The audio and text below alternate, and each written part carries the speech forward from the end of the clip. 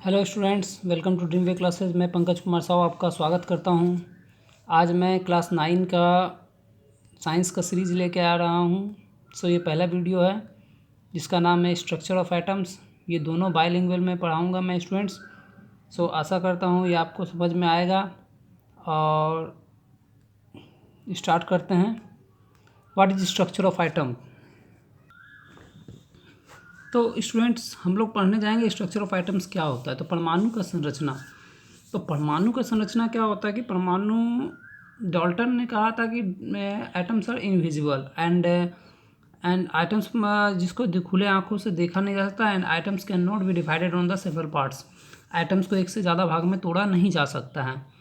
परंतु बताइए उसका बारे में रिसर्च करना कि वो परमाणु का संरचना में कि परमाणु का कहाँ क्या है, दैट मीन्स जो चीज़ को हम खुले आंखों से देख नहीं सकते हैं, तो उसका उसका उसका स्ट्रक्चर का पता करना, उसका संरचना का पता करना बहुत मुश्किल हुआ होगा।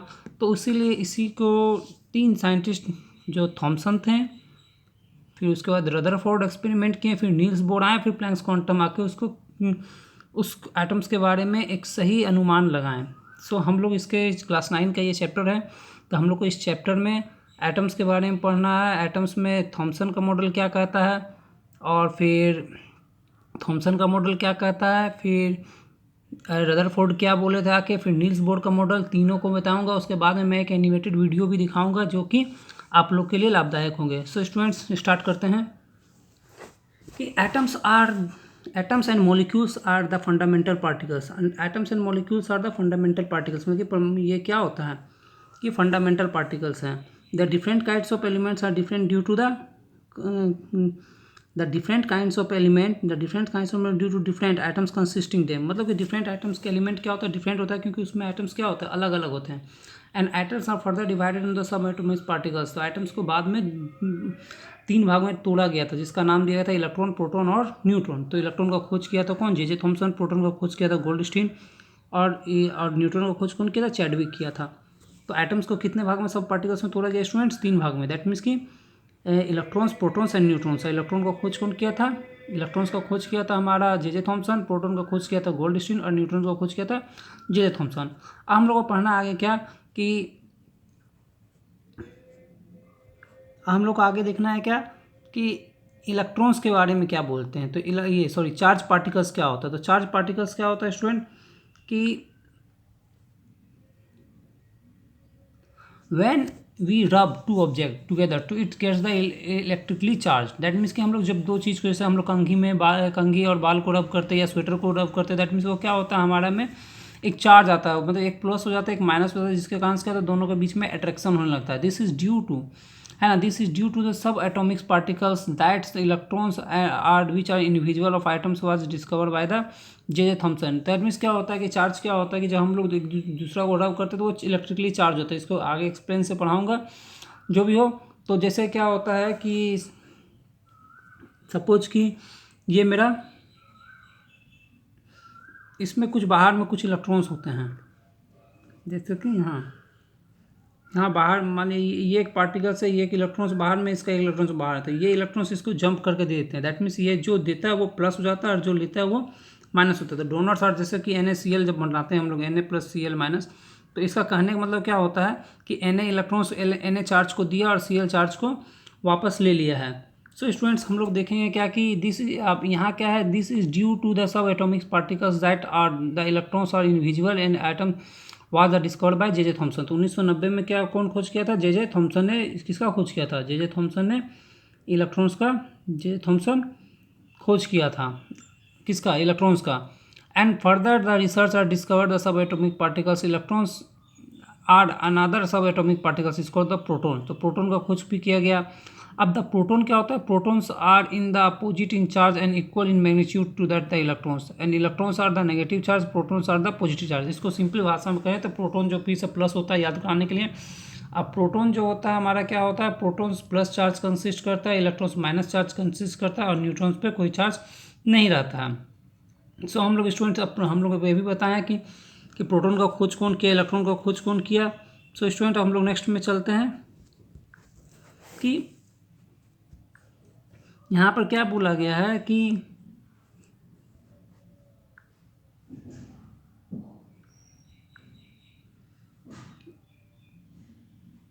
Protons present in atom, protons जो होता है हमारा एटम्स में प्रेजेंट होता है interior, and the electrons are in exterior. That means कि अगर हम इसको बताएं हैं तो हमारा क्या होता है कि ये सेंटर में प्रोटॉन प्लस न्यूट्रॉन्स रहता है, इलेक्ट्रॉन्स चारों ओर घूमते रहता है। दैट मीन्स प्रोटॉन्स और न्यूट्रॉन्स क्या रहता है सेंटर में, जिसी को बोलते हैं क्या, अगर हम किसी का एटॉमिक नंबर पूछेंगे तो एटॉमिक नंबर को क्या बोलते हैं, एटॉमिक नंबर होता है कि the number of protons in an atoms, that is called the atomic number. And mass number किसको बोलेंगे कि the sum of protons and neutrons are called the mass number. हम लोग नेक्स्ट पढ़ने जा रहे हैं स्टूडेंट थॉमसन क्या बताया था, थॉमसन का मॉडल। इसको सबको वीडियो को हम लोग इस वीडियो को हम लोग इसमें भी पढ़ेंगे, क्या बोलते हैं आपको ये एनिमेशन में भी दिखाएंगे। तो स्टूडेंट देखिए इलेक्ट्रॉन्स क्या होता है कि यहाँ पर कहा गया है क्या कि थॉमसन कहा गया था, in this model the atoms are told that the electrons are separate in the sphere, the positive charge can be seen in a watermelon and whole red part will be suspended at the positive charge and seeds are suspended the electrons. मतलब कि अगर हम तरबूज का बीज लें तो तरबूज का बीज का जितना रेड पार्ट, तरबूज का बीज का जितना भी रेड पार्ट होता है, सीड्स को इलेक्ट्रॉन्स बोला गया, और रेड पार्ट जितना भी था उसको सबको क्या बोला गया, सबको प्रोटॉन्स बोला गया, सीड्स को इलेक्ट्रॉन्स बोला गया। सो यही बात था। उसके बाद ये वाटरमेलन का भी एक एग्जाम्पल प्रस्तुत किया था। जैसे जे थॉमसन एटॉमिक मॉडल क्या कहता है, इन this model the atoms it was told that the electrons are spare in the positive charge and seeds are in the watermelon is negative charge। तो वही बात है, and atoms consist the positive charge is a spare, the electrons are imbibed only। इसमें और कहा क्या गया कि एटम्स जो होता है पॉजिटिवली चार्ज जो रहता है स्पेयर में था, और इलेक्ट्रॉन्स क्या होता है उसमें इम्बब्ड रहता है, परंतु ये गलत था। और negative charge and positive charge are equal in magnitude, it's makes the atoms whole neutrally. बोला कि इसमें जितना प्रोटॉन्स का प्लस चार्ज होता है उतना माइनस का चार्ज होता है, दैट मीन्स कि दोनों क्या होता है इलेक्ट्रिकली न्यूट्रल होता है। ये बात तो सही था, लेकिन इसमें इलेक्ट्रॉन्स के सही पोजीशन नहीं बताया, जिसके कारण से ये वाला इसका मॉडल गलत हो गया। अब हम लोग देखेंगे रदरफोर्ड क्या किया। नेक्स्ट हम लोग का है रदरफोर्ड। तो रदरफोर्ड क्या किया था स्टूडेंट्स कि Rutherford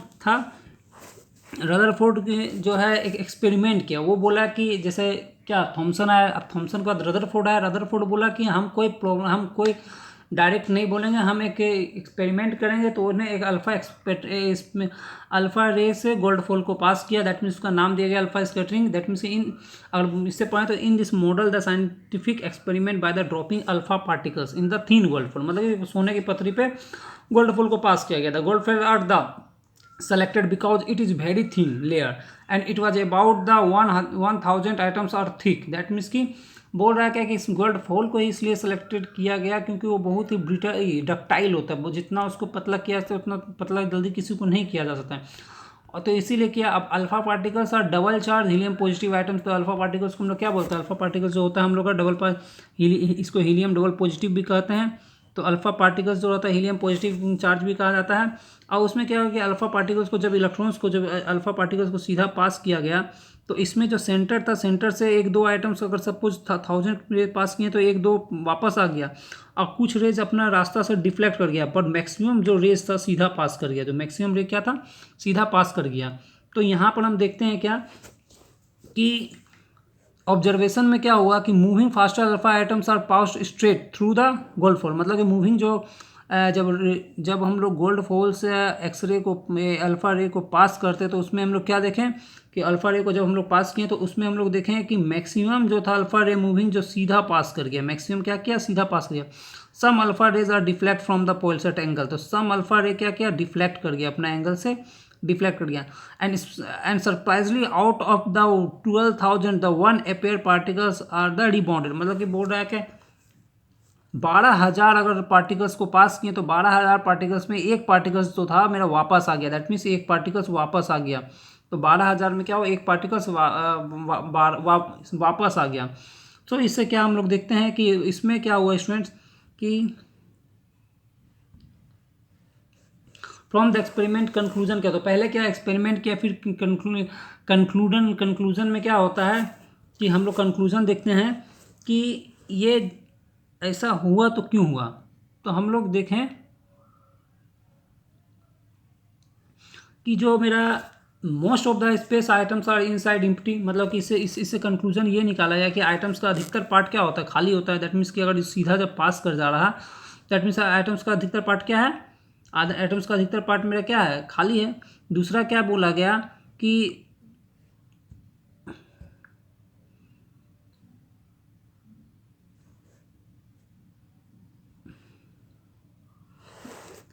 very few particles reflected indicating the positive charge occupying very little space, मतलब कि बहुत कम ऐसा जगह है जहाँ पर पॉजिटिव चार्ज है। और क्या होता है, as the small fraction particles they reflected at angle 180 degree, that means कि वो जो वापस आ गया तो वो क्या किया कि वो मतलब कि कुछ ऐसा जो एटम्स को है डेंस है। तो इसमें क्या हुआ न्यूक्लियर, इसमें इसके बाद अगर इसको समझे ठीक से तो इसमें देखा गया कि एटम्स का जो मैक्सिमम पार्ट एम्प्टी है, थोड़ा जो पार्टिकल्स है वो प्लस है, जहाँ जहाँ से प्लस चार्ज है, एक्चुअल हीलियम डबल पॉजिटिव होता है, ये प्लस प्लस एक दूसरे से मिलने से क्या वो डिफ्लेक्ट कर गया। और जो प्लस प्लस क्या हुआ, दोनों एक दूसरे को रिपल किया, दैट मीन्स वो डिफ्लेक्ट कर गया। और जो सेंटर जो होता है, जो एटम्स का न्यूक्लियस जो होता है, जो 12,000 में एक एटम से रिफ्लेक्ट किया, एक 12 इलेक्ट्रॉन्स में एक इलेक्ट्रॉन जो रिफ्लेक्ट किया, दैट मीन्स कि सेंटर जो होता है बहुत छोटा होता है, बहुत डेंस होता है, दैट मीन्स कि बहुत छोटा, जहाँ सेंटर से टकरा है वो वापस आ गया। तो ये हमारा था। अब आगे क्या आता है, Rutherford also put forwarded the following theory. क्या पहला क्या, देयर इज द पॉजिटिव, इसमें बोला कि there is the positive charge centre atoms are called the nucleus. तो बोला जो पॉजिटिव चार्ज है सेंटर जो न्यूक्लियस जो है किससे बना हुआ, न्यूक्लियस जो बना हुआ हमारा पॉजिटिव चार्ज से बना हुआ। फिर हमारा क्या बोला कि दूसरा बोला कि electrons are revolve around the nucleus in the definite orbit in as well as definite orbit. ये इसका गलत था। इसमें क्या बताया था, इसमें रदरफोर्ड बता दिया था कि इलेक्ट्रॉन्स जो घूमता है लेकिन वो नॉट डिफिनिट ऑर्बिट, ये एक स्पायरल वे बता दिया था, ये इसका गलती था। सो स्टूडेंट्स, उसका बाद क्या बताया, the size of nucleus are very small, है ना। तो size of nucleus very small बताया था। अब ड्रॉबैक्स ऑफ रदरफोर्ड में हम लोग क्या देखते हैं कि ड्रॉबैक्स ऑफ रदरफोर्ड में बोल रहा कि orbitals revolve which not stable. तो ऑर्बिट जो रिवॉल्यूशन होता है वो स्टेबल नहीं होता। क्यों स्टेबल नहीं होता, जैसे अगर सपोज मान लेते हैं कि अगर ये ऑर्बिट रिवॉल्यूशन ऐसा है और यहाँ पर सेंटर, अगर यहाँ इलेक्ट्रॉन्स रोटेट करना स्टार्ट किया और रोटेट करते करते करते करते एक टाइम सेंटर में घुस जाए, तो इलेक्ट्रॉन्स तो होता है नेगेटिव चार्ज और सेंटर में होता है पॉजिटिव चार्ज। तो अगर सेंटर पॉजिटिव नेगेटिव मिलेगा तो जीरो चार्ज हो जाएगा, जीरो चार्ज में तो कोई आइटम्स कोई कुछ बनेगा ही नहीं। सो इलेक्ट्रॉन्स इसलिए बोला है क्या कि ये जो डिफिनिट ऑर्बिट इसका नहीं बताने के कारण क्या हुआ कि ये स्टेबल होगा ही नहीं कोई आइटम्स। दूसरा क्या बताया गया कि because the particles of circular orbit undergo acceleration during the acceleration particle may be radiate energy, thus the loss of energy finally it's from the और एटम्स न्यूक्लियस में। तो वही न्यूक्लियस में बता दिया कि अगर वो घूमते रहेगा एनर्जी लॉस करेगा तो वो सामने वाला ऑर्बिट में आते जाएगा, एक टाइम ऐसा है कि न्यूक्लियस में गिर जाएगा, दैट मीन्स प्लस माइनस से जगह मिलेगा, दैट मीन्स जीरो हो जाएगा, दैट मीन्स कि कोई आइटम्स नहीं बनेगा। Hence the matter does not exist, इसके क्या बोला, हैंस मैटर को एग्जिस्ट नहीं हुआ, परंतु ये तो गलत है, मैटर तो एग्जिस्ट किया है। सो स्टूडेंट्स, ये रदरफोर्ड का मॉडल था। अब हम लोग थर्ड पढ़ने जा रहे हैं क्या, बोर्स एटम्स मॉडल। तो बोर्स एटम्स मॉडल क्या बोल रहा है, बोर्स आके इलेक्ट्रॉन्स का एक डायग्राम शो किया जिसमें नाम दिया गया KLMN। ऑर्बिट क्या होता है, ऑर्बिटल्स क्या होता है, इलेक्ट्रॉन्स। तो ऑर्बिट्स होता है जहाँ पर इलेक्ट्रॉन्स रिवॉल्व करता है, जहाँ दैट मीन्स कि ये सपोज कि ये इलेक्ट्रॉन्स यहाँ रिवॉल्व कर रहा तो ये ऑर्बिट हुआ। ऑर्बिटल्स क्या होता है, ऑर्बिटल्स जहाँ पर इलेक्ट्रॉन्स का ज़्यादा से ज़्यादा पॉसिबिलिटी होता है फाइंड करने का। जैसे पहला ऑर्बिट में S रहता है, दूसरा ऑर्बिट K में S रहता है, L में SP रहता है, M में SPD रहता है। तो ये क्या हुआ, N में SPDF रहता है। तो ये क्या हुआ, SPDF जो मेरा है वो ऑर्बिटल्स है, और KLMN में क्या है, ऑर्बिट है। ऑर्बिट क्या हो सकता है, the circular path where there the electrons are revolve around the nucleus, that is called the orbit, and the maximum possibility of finding the electrons, that is called the orbitals. तो समझ रहे होंगे क्या होता है ऑर्बिट और orbital students. So we are going to next topic, next slide. तो हम लोग देखते हैं क्या स्टूडेंट कि a few energy level in the atoms, बोला कि इन दिस मॉडल क्या बोला क्या कि न्यूट्रॉन्स के बारे में नहीं, पहले इन दिस यहाँ पर क्या हुआ कि हम लोग देखे हैं कि in this model distributed following the only certain special orbits is known as the discrete orbits, electrons are revolve inside the atoms. मतलब एक इसका फिक्स्ड ऑर्बिट होता है। और दूसरा क्या बताया कि while the revolving the discrete orbit the electrons do not radiate energy, मतलब कि अगर मान लीजिए अगर वो घूम रहा है, अगर वो किसी ऑर्बिट में घूम रहा है, अगर वो किसी ऑर्बिट में घूम रहा है तो दैट मीन्स वो क्या करेगा, ना एनर्जी को रेडिएट करेगा ना एनर्जी को लॉस करेगा। और सपोज ये मेरा है, अगर यहाँ पर ये घूम रहा है दैट मीन्स कि न्यूटन का फर्स्ट लॉ क्या कहता है, न्यूटन का फर्स्ट लॉ कहता है कि कोई वस्तु घूमता है तो घूमता ही रहेगा, ना ही एनर्जी को, ना ही वो कम होगा जब तक कि उसमें जब तक कि उसको बाहरी कोई बल ना हो। क्या था न्यूटन का फर्स्ट लॉ था कि everybody wanted to maintain the states rest as well as the motion, until the external force is applied। That means कि यहाँ पर इलेक्ट्रॉन्स अगर घूम रहा तो कंटिन्यू घूमते रहेगा बिना एनर्जी का लॉस किए हुए। और दूसरा नाम क्या दिया जाता है, ऑर्बिट और shell are also called energy level. That means कि ऑर्बिट का जो सेल होता है उसको क्या नाम दिया गया, उसको एनर्जी लेवल का नाम दिया गया। तीसरा क्या था, द ऑर्बिट और the electrons represented by the के। तो पहला ऑर्बिट का नाम दिया के, दूसरा का एल, तीसरा का एम। अब स्टूडेंट जानते हैं कि के में 2 इलेक्ट्रॉन्स जाता है मैक्सिमम, एल में 8 जाता है, तीसरा में 18 जाता है। तो इसको हम लोग अगर देखेंगे तो इसको हम लोग क्या कर सकते हैं, इसको हम लोग जानते हैं किस कैसे 2n² फॉर्मूला से। तो 2n² में क्या होगा, 2 × 1 का स्क्वायर, वैन 1 ऑर्बिट रहेगा दैट मीन्स कि 2 हो जाएगा। दूसरा 2 × 2 का स्क्वायर दैट मीन्स 2 दूनी 4, दूनी 8। दैट मीन्स एल में क्या हो जाएगा, इसका इलेक्ट्रॉन्स कितना हो जाएगा, 8 हो जाएगा। उसी तरह 2 × 3 का स्क्वायर करेंगे, 3 × 3 = 9, दूनी 18 हो जाएगा। तो के में 2, एल में 8, के एल एम में 18 इलेक्ट्रॉन्स मैक्सिमम रह सकता है। सो स्टूडेंट आशा करता हूँ ये समझ में आ रहा होगा। अब हम लोग देखने जाएंगे क्या कि न्यूट्रॉन्स क्या होता है। तो न्यूट्रॉन्स का खोज कौन किया स्टूडेंट्स, तो न्यूट्रॉन्स क्या बोला है कि न्यूट्रॉन्स आर द सब atomic particles discovered by the Chadwick which are not charge and mass are nearly equal to the proton. इसका मास जो होता है क्या होता है, इसका मास जो होता है इक्वल किसका होता है, प्रोटॉन का होता है। और इस सब एटॉमिक पार्टिकल्स इसको डिस्कवर किया गया किसके द्वारा, चैडविक द्वारा। अब neutron generally represented by small n, neutron को किससे रिप्रेजेंट किया जाता है, स्मॉल एन से। Therefore the mass of the atoms in the sum of the protons and neutrons and nucleus present and neutrons present in nucleus. तो nucleus कहाँ present होता है स्टूडेंट्स, न्यूट्रॉन न्यूक्लियस में प्रेजेंट होता है। एक्चुअल प्रोटॉन प्लस न्यूट्रॉन्स होता है। अब हम लोग क्या देखेंगे, और 3 स्लाइड है स्टूडेंट्स, देखते हैं हम लोग। Electrons distributed in different orbit, the electrons are distributed in different orbits by the Bohr Bury. That means कि इलेक्ट्रॉन्स किस तरह डिस्ट्रीब्यूट होता है, दैट मीन्स 2n² में बताते हैं, पहला में 2 रहता है, दूसरा में 8 रहता है, तीसरा में 18 रहता है, 2n² का फॉर्मूला से। अब रूल्स ऑफ द, यही rules of the orbiting the different energy. That means कि रूल्स क्या बता रहा है इसका, कि द मैक्सिमम, यहाँ पर क्या हुआ, the maximum number of electrons present in the shell is the 2n², where n equals to number of orbit energy level index, and maximum number of electrons are present in the outer orbit is 2/8। That means कि दूसरा orbit में maximum कितना electron हो सकता है students, 8 electron हो सकता है। The electrons are not accumulated in the given shell unless inner orbit are filled with the, that means कि बिना पहले वाले इलेक्ट्रॉन्स को भरे हुए नेक्स्ट वाला में इलेक्ट्रॉन्स नहीं जा सकता। एक्सेप्शन है डी ब्लॉक में ऐसा होता है कि पहले डी में भर जाता है फिर एस में जाता है, 24 और 29 के केस में। अब हम लोग क्या पढ़ने जाएंगे स्टूडेंट्स, हम लोग पढ़ने जाएंगे वैलेंसी। तो वैलेंसी किसको बोलते हैं, तो वैलेंसी बोला कि जो total number of electron present in outermost shell that is known as the valency of electrons. We also known as the total number of electrons in the outermost shell are called the not more than 8। तो बाहर में बोल रहा है कि अब जैसे for example अगर हम सोडियम लें तो सोडियम का कितना होता है, 11 होता है। तो पहला में 2 इलेक्ट्रॉन जाएगा और 2, दूसरा में 8 जाएगा और तीसरा में कितना जा सकता है इलेक्ट्रॉन, तो 2, 8, 10 और 1 इलेक्ट्रॉन जाएगा। तो ये एक जो इलेक्ट्रॉन हो जाएगा उसका क्या हो जाएगा, वैलेंस इलेक्ट्रॉन हो जाएगा। क्या हो जाएगा, वैलेंस इलेक्ट्रॉन हो जाएगा। और वैलेंसी बोल सकते हैं हम लोग क्या, कि अगर ये इलेक्ट्रॉन्स अगर सोडियम क्लोरीन से करे, क्लोरीन का 17 होता है तो 2, 8 और 7 होगा। तो ये दोनों ऑक्टेट पूरा करने के लिए या तो ये 7 इसमें आ जाएगा या तो ये 1 उसमें चल जाएगा, लेकिन 7 को आना मुश्किल है तो 1 इलेक्ट्रॉन्स इसमें चल जाएगा, दैट मीन 8 को पूरा करने के लिए।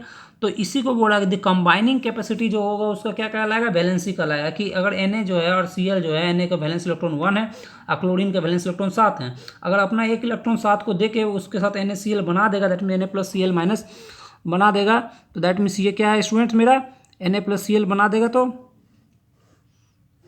इसको फिर से बताते हैं क्या, लिए बहुत गंदा हो गया। जैसे Na+Cl-, दैट मीन्स 1 इलेक्ट्रॉन्स दिया हुआ है और Cl 1 इलेक्ट्रॉन्स इससे क्या हुआ, लिया है इलेक्ट्रॉन्स।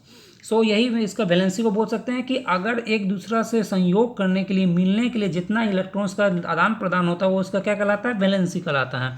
अब हम लोग स्टूडेंट्स पढ़ेंगे क्या, हम लोग पढ़ेंगे combining capacity. The combining capacity of atoms create the tendency of the atoms react with the another atoms to the different elements from the molecules. तो वही बोला कि कंबाइनिंग कैपेसिटी किस पे डिपेंड करेगा, तो कंबाइनिंग कैपेसिटी डिपेंड करेगा कि वो कितना बाहर में वैलेंस इलेक्ट्रॉन है उसका। सो स्टूडेंट इसको हम समझा दिए। अगर एक और एग्जांपल है कंबाइनिंग कैपेसिटी का, तो जैसे हम लोग लेते हैं NaCl हो गया, उसी तरह हम लोग लेंगे क्या, सिंपल सा एक एग्जांपल ले रहे हैं KCl का या MgCl2 का। तो Mg का बाहर, Mg का जो इलेक्ट्रॉन्स, Mg जो होता है बाहर में, Mg होता है 12 नंबर पे। तो Mg12 नंबर पे होता है, तो इसमें कितना इलेक्ट्रॉन्स जाता है इसका 12। तो 12 में 2 8 2 8 और 2 होता है, कितना स्टूडेंट होता है 2 8 और 2, 2 8 10 2 12। और उसी तरह MgCl2, तो Cl2 में कितना हो जाता है, ये होता है 17 होता है इलेक्ट्रॉन स्टूडेंट्स। तो 17 का 2 8 7, तो 2 8 7 जब होगा तो ये क्या करेगा कि इसको 8 पूरा करना है, तो इसका बाहर में 2 इलेक्ट्रॉन्स है और इसको बाहर में 7 इलेक्ट्रॉन्स हैं। तो 2 को है दैट मीन 7 दूनी 14 है, दैट मीन इसको 16 इलेक्ट्रॉन्स चाहिए, तो ये 2 इलेक्ट्रॉन्स इसको दे देगा। तो जो देगा प्लस और जो लेगा वो माइनस। तो Mg क्या करेगा, Mg प्लस बना देगा, Mg प्लस प्लस बना देगा, Cl माइनस माइनस, तो इसका हो जाएगा क्या, Mg 2 को इलेक्ट्रॉन्स देगा, that means Mg plus plus और Cl जोड़ेगा, Cl क्या होगा 2Cl, 2 को Cl तो 2Cl माइनस हो जाएगा। सो स्टूडेंट आशा करता हूँ ये समझ में आ रहा हो कंबाइनिंग कैपेसिटी। हम लोग का पढ़ना है क्या स्टूडेंट्स, एटॉमिक नंबर किसको कहते हैं। तो एटॉमिक नंबर किसको कहते हैं, तो इसको बोल सकते हैं हम लोग कि जितना हम लोग का क्या प्रोटॉन्स का संख्या क्या होता है, केंद्र में प्रोटॉन की संख्या को क्या कहते हैं, उसको कहते हैं atomic number. The number of protons in nucleus that is called the atomic number. Suppose कि अगर हम एक एग्जाम्पल ले रहे हैं सोडियम, तो सोडियम कितना होता है 11 होता है। तो हम लोग जानते हैं कि इसका एटॉमिक नंबर 11 हो जाएगा, इलेक्ट्रॉन्स भी 11 हो जाएगा, प्रोटॉन्स भी क्या हो जाएगा 11 हो जाएगा। तो इसमें हम लोग जानेंगे कि सोडियम का प्रोटॉन का संख्या कितना होगा, एटॉमिक नंबर सोडियम का कितना होता है, सोडियम का एटॉमिक नंबर 11 होता है, तो प्रोटॉन्स का संख्या भी 11 हो जाएगा, इलेक्ट्रॉन का संख्या भी 11 हो जाएगा, और एटॉमिक नंबर को जेड से नोट करते हैं, जेड भी क्या हो जाएगा 11 हो जाएगा। तो क्या हो जाएगा, और हाइड्रोजन के लिए 1 होगा, कार्बन के लिए 6 होगा। तो उसी तरह स्टूडेंट्स हम लोग नेक्स्ट देखते हैं कि मास नंबर किसको कहते हैं। तो मास नंबर कहते हैं the sum of protons and neutrons, मतलब कि किसी भी एटम्स में प्रोटॉन्स और न्यूट्रॉन्स की संख्या को क्या कहते हैं, इस प्रोटॉन्स और न्यूट्रॉन्स का संख्या क्या कहते हैं, मास नंबर। इसको डिनोट किया जाता है स्टूडेंट ए से। इसको किससे डिनोट किया जाता है, ए से। सपोज कि हम एक एग्जांपल ले रहे हैं कि कि मास नंबर दैट मीन्स कि सोडियम का 11 एटॉमिक नंबर होता है, मास नंबर कितना होता है 23 होता है।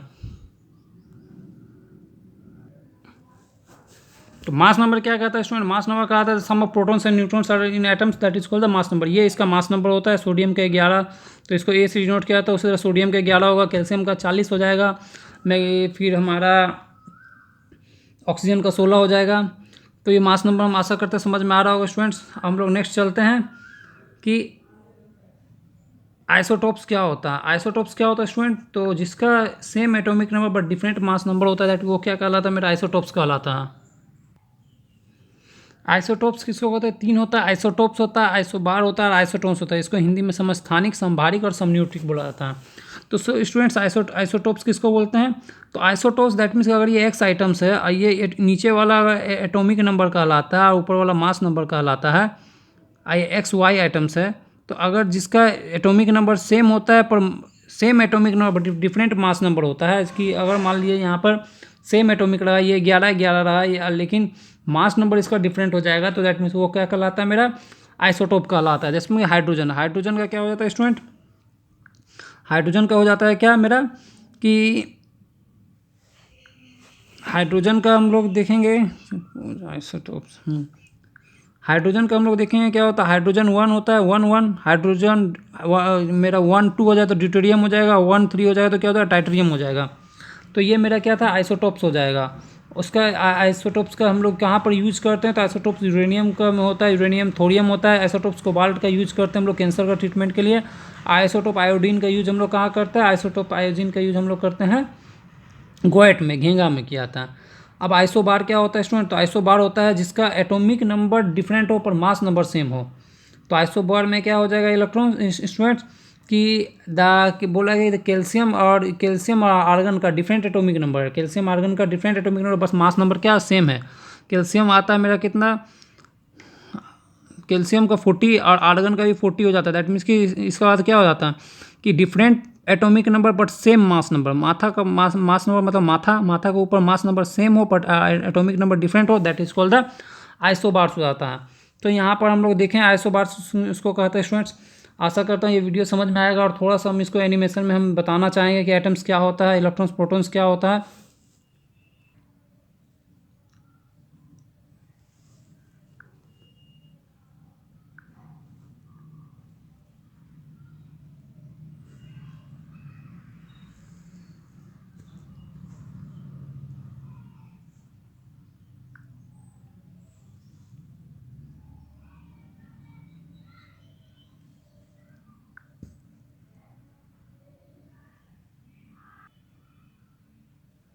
यहाँ पर हम लोग देखेंगे स्टूडेंट कि ये वाला जो अल्फ़ा रे है, जब इसको हम लोग पास करते हैं तो ये क्या होता है, मैक्सिमम रे सीधा पास हो जाता है, और कुछ रे, ये मैक्सिमम रे जो है यहाँ पर दिख रहा होगा आपको, स्ट्रेट सीधा पास हो गया, कुछ रेज मेरा क्या हुआ, डिफ्लेक्ट हो गया, और एक रेज जो है 90 डिग्री पे वापस मेरा आ गया। तो ये बताता है क्या कि एटम्स मेरा क्या है, सेंटर में डेंस है। इसको और बढ़िया से देखने के लिए हम लोग यहाँ पर देख सकते हैं कि यहाँ पर देखें कि मैक्सिमम रेज सीधा पास हो गया, और कुछ रे क्या हो गया, डिफरेंट, कुछ रेज क्या हो गया, वापस एक रे जो ये वाला वापस है, ये मेरा क्या हो गया, वापस लौट गया। तो इससे क्या कंक्लूड हुआ स्टूडेंट्स कि जो सेंटर होता है वो पॉजिटिव होता है, और इलेक्ट्रॉन्स उसका चारों ओर घूमते रहता है। सो ये इलेक्ट्रॉन्स माइनस चार्ज है, वो इलेक्ट्रॉन्स, यार जो सेंटर जो होता है, जो केंद्र होता है, बहुत छोटा होता है इलेक्ट्रॉन्स की तुलना में। सो स्टूडेंट्स ये मेरा रदरफोर्ड का मॉडल था, इसको और बढ़िया से देख सकते हैं। और हमारा जो मेरा क्या था, अब एक नील्स बोर्ड था, उस मॉडल को भी मैं दिखा दे रहा हूँ।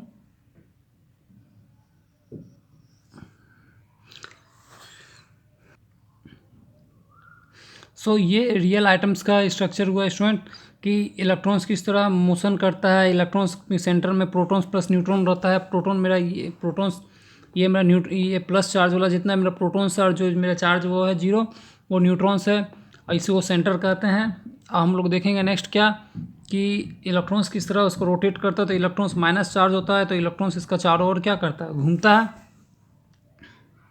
जिस तरह हमारा सूर्य के चारों ओर घूमता है, यानी सेंटर में प्लस होता है, और ये इलेक्ट्रॉन्स लोग चारों ओर घूमता है, उसी तरह मेरा इलेक्ट्रॉन्स क्या होता है, चारों ओर मेरा घूमता है।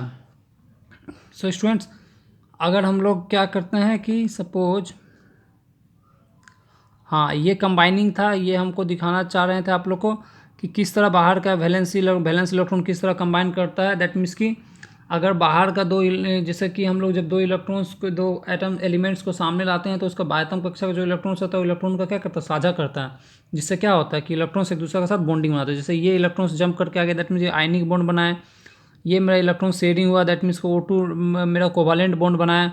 और ये मेरा जो भी था, ये H2O वाटर मॉलिक्यूल्स बनाया, ये ट्राइएटॉमिक है। तो ऐसे करके क्या होता है, इलेक्ट्रॉन्स का वैलेंस इलेक्ट्रॉन्स का मेरा होता है स्टूडेंट्स। तो आशा करता हूँ ये वीडियो आपको समझ में आया होगा, और ये आपको समझ में आया होगा। और मिलते हैं नेक्स्ट वीडियो के साथ, तब तक के लिए जय हिंद, जय भारत।